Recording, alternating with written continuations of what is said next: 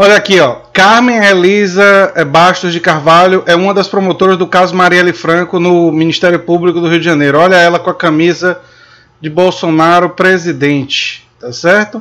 E para piorar um pouco, olha só, ela também pediu arquivamento do caso Amarildo.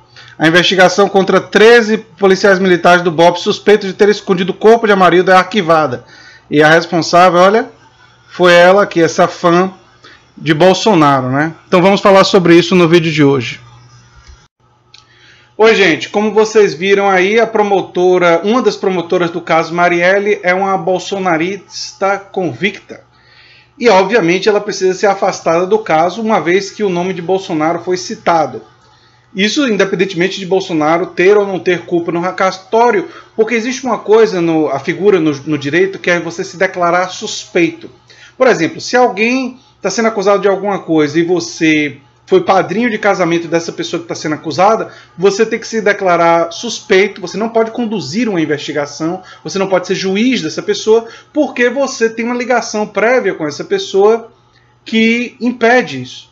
Se você foi uma pessoa que fez campanha para Bolsonaro, você não vai ter objetividade em avaliar se Bolsonaro tem ou não tem alguma responsabilidade no caso. Enfim.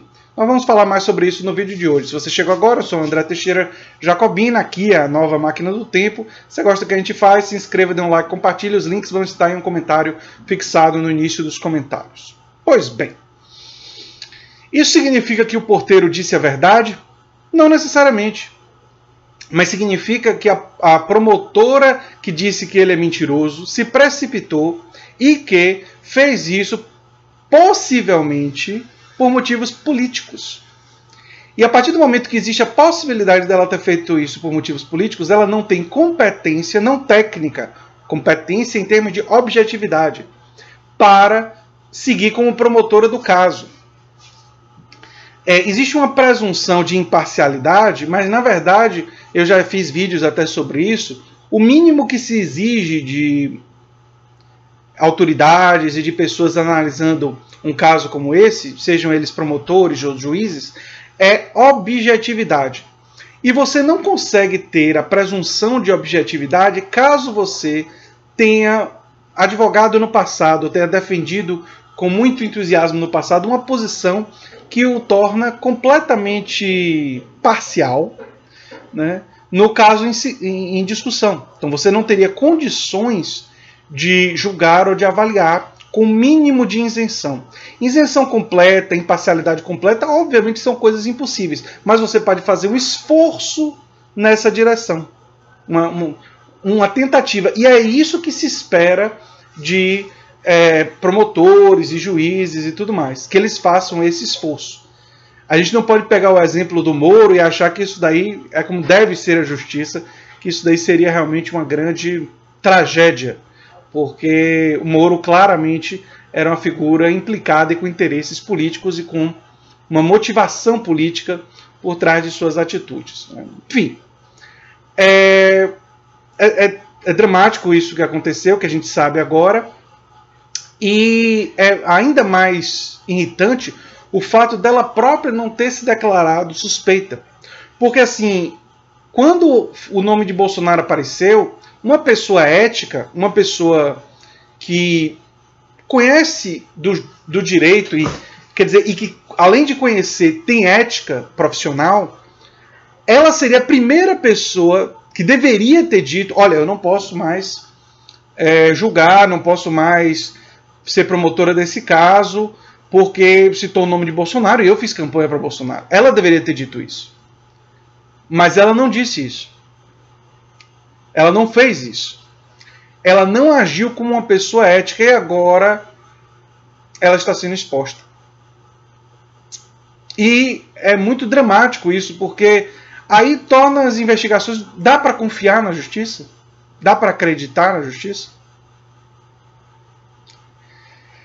Eu estava tendo uma discussão esses dias com um conhecido meu e eu disse para ele que, olha, a justiça no Brasil não é meramente uma questão de evidências, é uma questão de poder e de quem tem poder sobre os casos.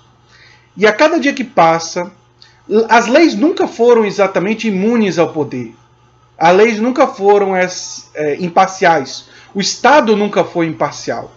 O Estado sempre teve um caráter de classe e sempre foi um árbitro influenciado, que decide em nome de interesses, influenciado pelo poder. Mas eu não me lembro de ter ficado tão claro na história recente, com tantos episódios, de que a ideologia e o poder, eles não completamente determinam o resultado dos julgamentos. E a lei está a serviço de um determinado poder e a serviço de uma determinada agenda ideológica. Ou seja, e aí eu falo como historiador, sempre o Estado foi parcial, sempre foi de classe, sempre foi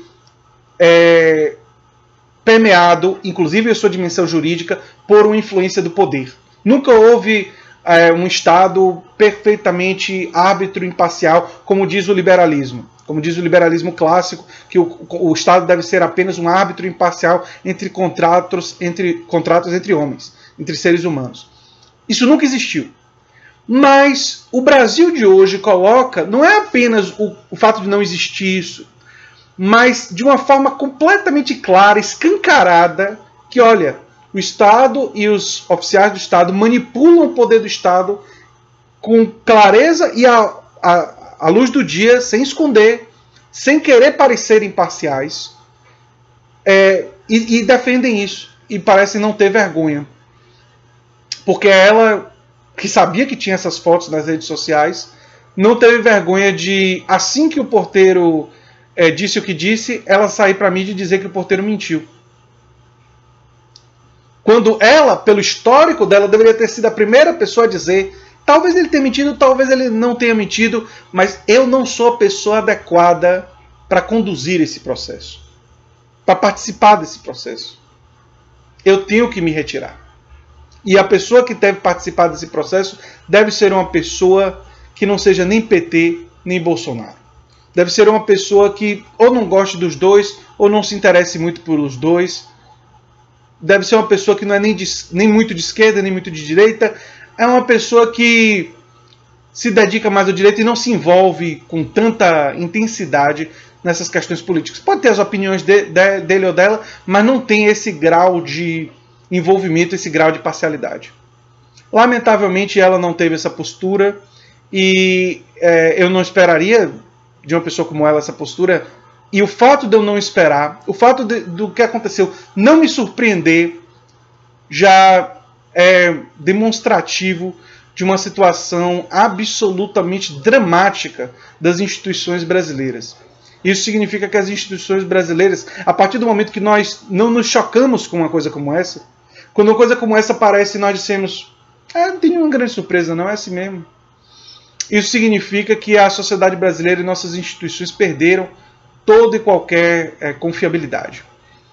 É claro que nós temos que continuar lutando por elas e lutando por reforma do Estado e aprimorando e tudo mais. E nós temos que continuar defendendo esses princípios republicanos, democráticos, com muito vigor. Isso é verdade, isso é óbvio. Mas nós não podemos nos iludir que o poder, mais do que as evidências, mais do que o processo legal, é quem define quem é preso e quem não é preso nesse país.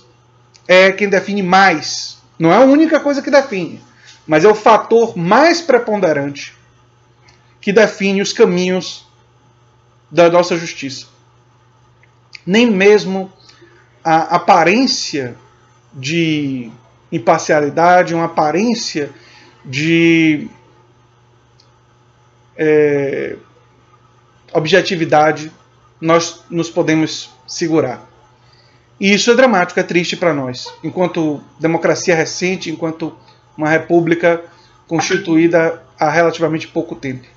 Porque a nossa democracia, como nós a conhecemos agora, foi forjada no final dos anos 80. É triste, gente. É triste, mas a gente não pode parar de lutar por uma democracia maior, não. E nós temos que expor casos como o dessa promotora. Se você gosta do que eu faço aqui no canal, se inscreva, dê um like, compartilhe, se lembre sempre de divulgar o nosso material. E quem sabe, se você gosta muito do que a gente faz, se tornar um apoiador. Links vão estar no comentário fixado. Um abração e até o próximo vídeo. Tchau, tchau.